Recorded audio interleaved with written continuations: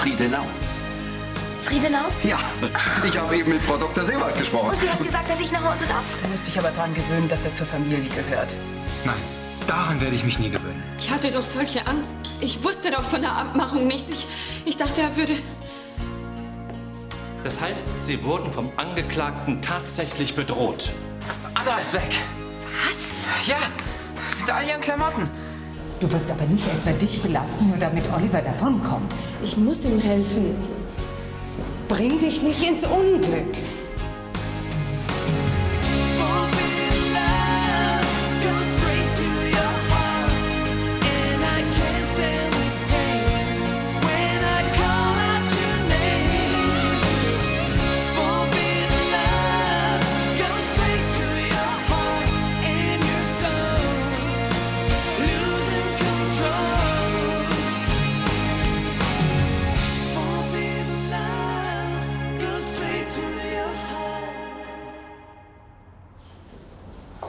Ich bin ja nicht verrückt. Natürlich erzähle ich es genauso, wie es war, aber... Was aber? Susanne, du musst ehrlich sein. Ich bin ehrlich. Er hat dir ein Messer an die Kehle gedrückt. Er hat zu mir gesagt, ich brauche keine Angst zu haben. Aber bist du verrückt? Sag das nicht nochmal. Du versaust dir ja deine ganze Zukunft. Das ist aber die Wahrheit. Er hat dich bedroht. Ich weiß es nicht mehr. Susanne, das hieße Beihilfe zur Flucht. Dann bist du mitschuldig. Was soll ich machen, Mama? Du musst jetzt auch an dich denken. An dich und deine Zukunft. Ich kann überhaupt nicht mehr denken. Na ja, nur beruhige dich erst mal wieder. Hm?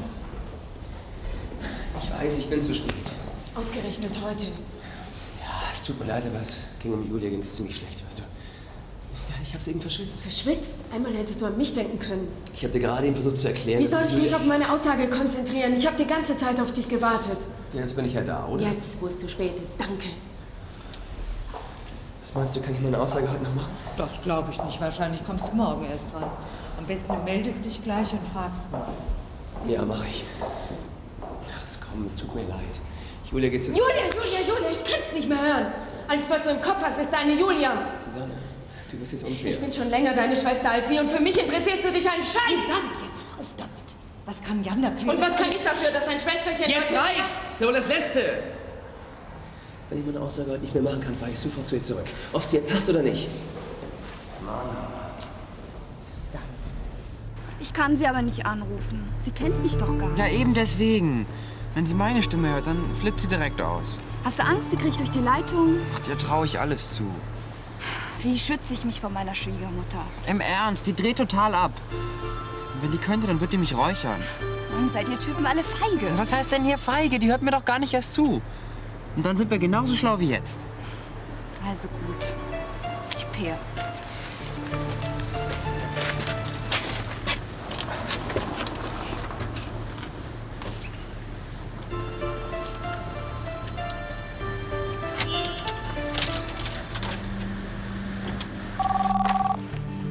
Hannelore Konrad? Guten Tag. Kann ich wohl mal mit Anna sprechen? Anna? Wer sind Sie denn? Und was haben Sie denn mit meiner Tochter zu tun? Ist doch unwichtig. Ich suche sie eben und wollte fragen, ob Sie was von ihr gehört haben. Mit Leuten, die ihren Namen nicht nennen, rede ich nicht. Das ist doch jetzt nicht wichtig. Was wichtig ist, müssen Sie schon mir überlassen. Ja, sag bloß nicht, wer du bist. Da ist doch noch jemand. Wer ist da noch? Florian? Es hat keinen Sinn. Sie hat gehört, dass ich nicht alleine bin. Ja, weiß sie denn was? Glaube ich nicht. Sicher. Absolut. Sonst hätte sie nicht so bescheuert reagiert. Nachdem der Angeklagte sich überzeugt hatte, dass das Haus umstellt war, ging er in die Küche. Ist das richtig? Bitte antworten Sie so, dass alle im Saal es hören können. Ja, Schildern Sie uns, was dann passierte. er kam zurück Einfach so. mit einem Messer. Was war das für ein Messer? Küchenmesser, glaube ich. Weiter. Er packte mich und Und? drückte mir das Messer an die Kehle. Der Angeklagte war zum Tatzeitpunkt eng mit Ihnen befreundet. Was war das für ein Gefühl, als Ihnen Ihr eigener Freund die Klinge an den Hals drückte? Hatten Sie Angst, er könnte Sie verletzen? Nein, ich glaube nicht. Ich weiß es nicht. Glauben Sie es nicht oder wissen Sie es nicht? Ich weiß es nicht. Ich habe ihm gesagt, er soll aufgeben. Aber das hat ihn nicht beeindruckt. Nein. Warum sind Sie mitgegangen, Frau Brandner? Bitte? Warum sind Sie mitgegangen? Ich weiß nicht. Wollten Sie Ihrem Freund helfen oder hatten Sie Angst, dass er Ihnen etwas tut? Hatten Sie Angst, Frau Brandner? Bitte beantworten Sie die Frage. Ja, ich hatte Angst. Heißt das, Sie dachten, dass er ernst macht? Bitte laut. Ja. Und Sie nahmen auch an, dass er nicht aufgeben würde. Sie waren sich also sicher, er würde die Geiselnahme konsequent zu Ende führen. Bitte beantworten Sie die Frage. Ja, ich hatte solche Angst. Ich konnte kaum gehen. Du lügst doch! Herr Kopp! Sie sind hier nicht gefragt. Bleiben Sie bei dieser Aussage, Frau Brandner.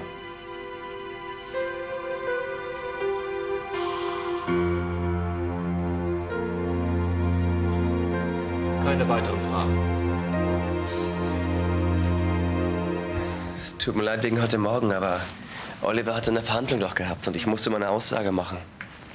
Also, wenn Sophie mich nicht daran Hast du es denn erinnert... dann noch geschafft? Nee, habe ich nicht mehr. Susanne war ganz schön sauer. Naja, kann ich verstehen. Das ist meine Schuld. Ach was. Doch, ich hab's vermasselt. Ach komm, hör auf. Woran denkst du? Ich denke an dich, an uns. Das ist schön. Naja, daran denke ich immer. Auch wenn ich nicht hier bin. Ist doch schon verrückt mit uns beiden. Manchmal kann ich das alles gar nicht glauben. Geht's dir nicht auch so? Genauso. Wir waren ziemlich viel zusammen in letzter Zeit, ne? Ich konnte nicht weglaufen. Das weiß ich. Aber ich meine, wir sollten uns vielleicht nicht mehr so häufig sehen. Ich weiß, ich bin furchtbar egoistisch. Und ich möchte nicht, dass du meinetwegen deine Familie und deine Arbeit vernachlässigst. Nein, das meine ich nicht. Was denn dann? Als du fast gestorben wärst, da habe ich es nicht mehr ausgehalten. Ich habe immer gedacht, du darfst nicht sterben. Du darfst nicht sterben, weil ich dich doch... Naja, ich bin fast verrückt geworden. Das kann ich gut verstehen. Oh, störe ich? Nein, komm doch rein. Guten Tag, Herr Brandner. Ist Ihre Frau nicht zu Hause? Ist sie nicht, aber kommen Sie doch bitte rein. Heute hat jemand angerufen und wollte Anna sprechen. Ich weiß nicht, ob es nur ein übler Scherz war oder ob vielleicht wirklich was dran ist an der Sache. Ja, setzen Sie sich doch erstmal. Also, wer hat angerufen und was wollte man von Ihnen? Eine Frau. Eine junge Frau. Sie wollte meine Tochter sprechen. Hat sie gesagt, wer sie ist? Nein, das ist es ja eben. Als ich sie danach gefragt habe, da hat sie einfach aufgelegt. Ach, ich mache mir solche Sorgen. Aber sie musste doch irgendetwas gesagt haben. Hat sie aber nicht. Aber da war noch jemand anderes im Hintergrund. Ich konnte es deutlich hören, eine Männerstimme. Haben Sie die Stimme erkannt? Vielleicht, ich weiß es nicht. Zuerst dachte ich, es wäre Florian, aber dann war das Gespräch ja einfach weg. Und? Was sollen wir jetzt tun? Weiß ich ehrlich gesagt auch nicht. Wir müssen vielleicht noch mal zur Polizei oder zum Roten Kreuz. Bis jetzt haben die ja nichts unternommen. Etwas anderes fällt mir leider auch nicht ein.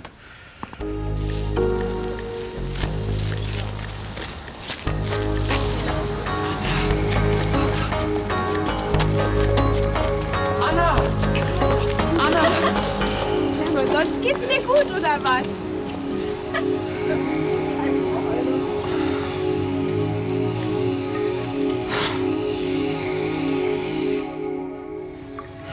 Überall laufen die hübschesten Mädchen rum. Oder sie stehen hinter der Theke. Und ich muss mich ausgerechnet in meine Schwester verlieben. Prima. Du liebst sie wohl immer noch, hm? Ja, sie war so perfekt für mich. Meine absolute Traumfrau. Und jetzt soll alles vorbei sein? So mir nichts, dir nichts? Das geht doch überhaupt nicht. Und wie sieht Julia das? Das ist ja gerade der Punkt. Ihr geht's ganz genauso. Habt ihr darüber gesprochen? Mhm, wir haben es versucht. Ihr müsst darüber sprechen, sonst kommt ihr da ja nie raus. Ich weiß. Wir waren ja auch kurz davor. Und? Na, wir wurden beide unterbrochen, glücklicherweise. Weißt du, vielleicht wollen wir da auch gar nicht raus. Naja, oder wir können es nicht. Das kann ja auch kein Mensch. Von heute auf morgen. Das geht nicht so zack, zack. Das dauert, aber irgendwann ist das vorbei, glaub mir. Wo willst du denn das wissen? Aus Erfahrung. Du, ich glaube, ich fahre nach Haus und leg mich ins Bett. Ich will einfach nur schlafen. Schlafen und vergessen. Okay, also mach's gut. Ja. Und vielen Dank fürs Zuhören. Sehr gern geschehen. Also. Mein Kopf. Jetzt nimm die Tablette und hör mit dem Gejammer auf. Du hast dir nichts vorzuwerfen. Ich habe alles falsch gemacht. Susanne, was hätte noch gefehlt, dass du für Oliver den Kopf hingehalten hättest? Jetzt Schluss damit. Du willst es einfach nicht verstehen. Ich habe alles verpfuscht, seine ganze Verteidigung. Hör bitte auf. Jetzt wird er auch noch wegen Geiselnahme belangt. Als ob Totschlag nicht schon genug wäre. Susanne, du hast das einzig Richtige getan. Du hast die Wahrheit gesagt. Das ist genau das, was man von einem vernünftigen und verantwortungsvollen Menschen auch erwarten kann. Ihr seid noch wach? Sie macht sich Vorwürfe wegen Oliver. Und ich mir wegen des Gerichtstermins heute. Susanne, es tut mir leid. Ich wollte es noch mal gesagt haben. Schon gut, ich wollte dich ja auch nicht so angehen. Ich habe nicht vergessen, dass du auch meine Schwester bist.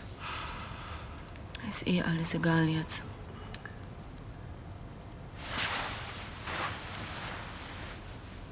Ich warte schon seit Stunden. Komm. Jan brauchte jemanden zum Zuhören. Hm? Der Typ entwickelt sich allmählich zur Landplage. Bist du etwa eifersüchtig? Weil er dich stundenlang mit seinem Gefühlsmüll zulabert? Ach Quatsch. Was soll denn das jetzt? Naja, plötzlich drehen alle Frauen durch, wenn der Typ aufkreuzt. Es geht ihm schlecht. Ja, mir langsam auch. Aber du hast dich nicht in deine eigene Schwester verknallt. Also er ist immer noch scharf auf sie. Er ist nicht scharf auf sie. Er liebt sie. Und sie liebt ihn. Ich hab's mir fast gedacht.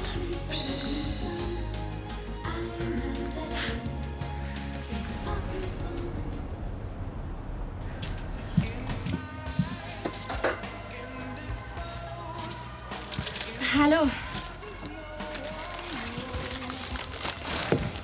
Hey. Was ist denn mit dir los? Wo kommst du überhaupt her? Hm? Und der Typ heute Nacht hat gesagt,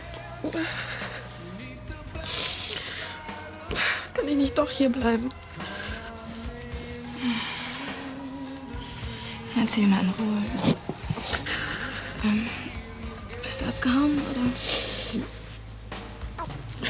Ich weiß nicht, wo ich hin soll. Sag mal, du warst doch schon mal hier, oder?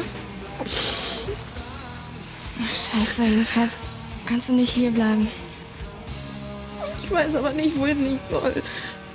Nach Hause kann ich auch nicht. Beruhig dich erstmal. Hm? Komm. Wie heißt du eigentlich? Anna. Hör mal zu, Anna. Du hörst erstmal auf zu weinen. Und dann erzählst du mir ganz in Ruhe, warum du nicht nach Hause kannst, ja? Ach, ich habe noch eine bessere Idee. Wir frühstücken jetzt erstmal, okay? Und dann sehen wir weiter. Du, wenn alles schief geht, dann... Es gibt da eine Pension, in der ich auch wohne und da könntest du ein paar Tage unterkommen, hm? Ja? Ich danke dir. Wenn sie nicht bald auftaucht, dann gehe ich zu den Bullen. Scheiße. Was soll ich denn sonst machen? Mir fällt auch nichts Intelligenteres ein. Obwohl. Warte mal. Ich weiß da vielleicht noch was. Was denn? Ja, genau. Ich verstehe das nicht. Du musst das mit den beiden doch erst recht merkwürdig finden. Wieso? Na, wie die beiden aneinander kleben, das ist doch wohl nicht normal, oder? Ich finde, du übertreibst. Das glaube ich nicht. Hast du zum Beispiel mal darauf geachtet, wie er Julia ansieht? Nein, hätte ich. Er saugt sie auf. So sieht kein normaler Bruder seine Schwester an. Ja, aber es ist schon normal. Na gut, sie himmelt ihn ganz schön anders, habe ich bemerkt. Na also. Es ist schon dabei. Sie sind Geschwister und haben sich sehr gern. Ich hab Patti auch gern. Ja, und küsst du sie auch? Ja, klar. Das ist dabei. Hast du mal drauf geachtet, wie sie sich küssen? Bitte schildern Sie uns, wie Sie den Todestag von Fritz Konrad erlebt haben. Ja, also, es war mein erster Arbeitstag im Sportstudio. Leider kam ich auch zu spät und irgendwie war ich auch ziemlich unkonzentriert. Warum sind Sie zu spät gekommen? Ich wurde aufgehalten, wegen eines Mädchens. Und dieses Mädchen war auch der Grund für Ihren Konzentrationsmangel? Ja. Fahren Sie bitte fort. Also wie gesagt, ich war nicht ganz bei der Sache. Ein Gewicht löste sich von der Hantel und rollte unmittelbar auf die Kundin zu. Sie konnte gerade noch ausweichen. Hatte dieser beinahe Unfall Konsequenzen? Ja, es gab ein ganz schönes Theater. Sie meinen, die Kundin beschwerte sich? Genau. Herr Konrad kam dazu und feuerte mich auf der Stelle. War der Angeklagte bei diesem Vorfall anwesend? Ja. Und wie hat er sich zu Ihrem Rauschmiss verhalten? Naja, er hatte mich eingestellt. Und er war mein bester Freund. Er hat sich ziemlich für mich eingesetzt. Mit Erfolg? Herr Konrad hat ihn einfach stehen lassen. Herr Brandner, an diesem Tag kam es im Büro des Verstorbenen zu einem heftigen Streit zwischen dem Angeklagten und Herrn Konrad. Kennen Sie den Grund für diesen Streit? Ich kann ihn nur vermuten. Nämlich? Ich nehme an, es ging um mich. Was veranlasst Sie, das anzunehmen? Ich kenne doch Oliver. Wenn der irgendwas falsch oder als ungerecht empfindet, dann wird er ziemlich schnell wütend. Ich glaube, er wollte mich nur verteidigen. Ich habe keine weiteren Fragen an den Zeugen Brandner. Hat die Verteidigung noch Fragen an den Zeugen? Nein. Dann ist damit die Zeugenvernehmung abgeschlossen. Das Gericht zieht sich jetzt zur Beratung zurück. Hallo Henning. Ganz allein heute? Ja, warum nicht? Das neue Familienmitglied weicht doch sonst nicht von deiner Seite. Ich dachte, Sie hätten ihm ja schon eine Inventarnummer gegeben. Doch kein Schwachsinn. Wie sieht es eigentlich zwischen dir und Gero aus? Wie soll es schon aussehen? Na, das frage ich ja gerade. Prima. Prima sieht's aus. Tatsächlich? Ja, blendend. Na, da bin ich ja froh. Irgendwas willst du mir doch sagen. Naja, der neue Bruder scheint dir ja jedenfalls auch ganz gut zu gefallen, oder? Was meinst du denn damit? Ihr umarmt euch. Ihr küsst euch. Und so? Was und so? Man merkt, dass er dich sehr mag und du ihn auch. Ach, jetzt hör doch auf, das ist doch lächerlich. Vielleicht müsst ihr ja noch was nachholen. 20 Jahre Geschwisterliebe in ein paar Wochen. Du spinnst. Und das läuft dann heißer ab als normalerweise. Ja, bis es qualmt, Henning. Du solltest vielleicht einen Feuerlöscher neben das Bett stellen. Gute Idee. Ich werde mich drum kümmern. Das nenne ich wahre Bruderliebe. Tag. Hey, langsam. Normalerweise klopft man an. Ja, Entschuldigung, aber es ist wirklich unheimlich dringend. Jetzt beruhig dich mal. Setz dich erst mal. So, eins nach dem anderen. Leg mal los. Ich suche ein Mädchen. So lange blonde Haare. Bis hier. Das ist meine Freundin. Und warum suchst du sie ausgerechnet hier? Wir waren schon mal hier, vor ein paar Wochen. Aber wir konnten hier nicht bleiben. Und jetzt ist sie weg. Wie alt ist sie denn? 15. Anna heißt sie. Tja, tut mir leid, ich fürchte, ich kann dir nicht helfen. Ach, warte mal. Doch. Ja? Der Nachtdienst hat was erzählt von einem Mädchen. Das könnte passen. Ja, und wo ist sie? Schon weg. Weißt du, das ist ein Asyl für Jungs hier. Das gibt's doch gar nicht. Wo ist der denn hin? Keine Ahnung, tut mir leid. Und wann ist sie weg? Irgendwann heute früh. So genau weiß ich das auch nicht. Das war eine Scheiße! Verdammte Scheiße! Was soll ich denn jetzt machen? Du, ich weiß es auch nicht. Ich kann dir nicht helfen. Ja, okay. Danke.